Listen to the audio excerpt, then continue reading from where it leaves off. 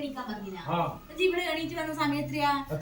11 മണിയായില്ല. ഇപ്പം തന്നെ 10:30 കഴിഞ്ഞില്ലേ? മര്യാദക്ക് ഭക്ഷണം കഴിക്കാനാവും. ഇപ്പൊ നേരം വെയിറ്റല്ലേ എണീക്കുന്നത്? ഇപ്പൊ എനിക്ക് പോകുമ്പോ തോട്ട് പോകുമ്പോ കൂട്ടിയിട്ടില്ല. ഇവിടെ ഇങ്ങനത്തെ ഞാൻ എനിക്ക് വീട്ടില് പണിയില്ലേ? പോയിട്ട് വന്നിട്ട് വേണം ചോറ് വെക്കണി. വീടിയെ പോയിട്ട് വന്നിട്ട് വേണം ചോറ് വെക്കണ്ടി. മുണ്ടാണിക്കും നോക്കറ പറയാൻ വേണ്ടി ഞാൻ കാത്തിക്കണം പോലും അമ്മമ്മ എടുത്തു പോകുന്നവരെ. അതാ കിട്ടുന്ന അങ്ങ് ചെല്ലുന്നില്ല. ദോശയില്ലാത്തോണ്ട് കിട്ടുന്ന എന്താ വെച്ചാൽ തുന്നൂടല്ലാണ്ട് എന്തോന്ന് കാര്യം പറയുമ്പോ കാര്യമെന്നാ ഒരു ഓയിലും പിന്നെ പച്ചരിയും മേടിച്ചിട്ട്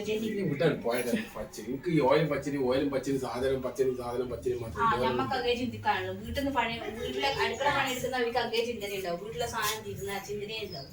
അത് തീരുമ്പോ ടെൻഷനാണ്. നമ്മളെ സാധനം കൊണ്ടുവച്ച സാധനം തീരുമ്പോ നമുക്ക് ടെൻഷനാണ്. പിന്നെ നിങ്ങളോടല്ലാണ്ട് പിന്നെ വേറെ ആരോട് പറയാൻ പറ്റും? നമ്മള് പണിക്കൊണ്ട് പിന്നെ നമ്മള് കൊടുക്കൂലേ? ആ വീട് പണിക്ക് പോകുന്നുണ്ടോ? ഇവിടുത്തെ പണിയെടുത്തിട്ട് പുറത്തും പോയി എടുക്കാൻ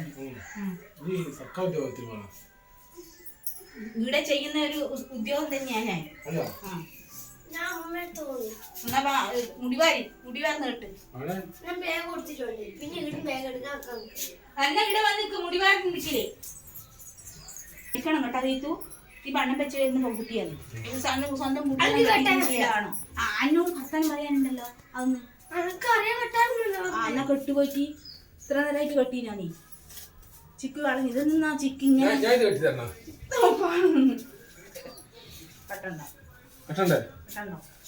ആ ചീർപ്പി കെടുത്തു അകത്തുനിന്ന് അവിടെ അപ്പുറത്ത് ആ തടിയുണ്ട് കിടക്കുന്ന ആത്തച്ചുണ്ട് പഠിക്കുമ്പോ ആവൂലല്ലോ അല്ലെ ഞാനവിടുന്ന്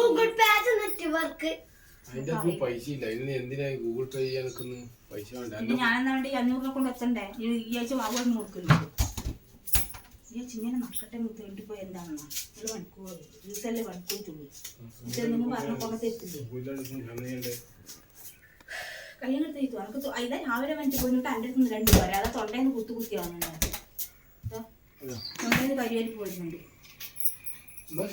അങ്ങനെ ഞാൻ പോയിട്ട്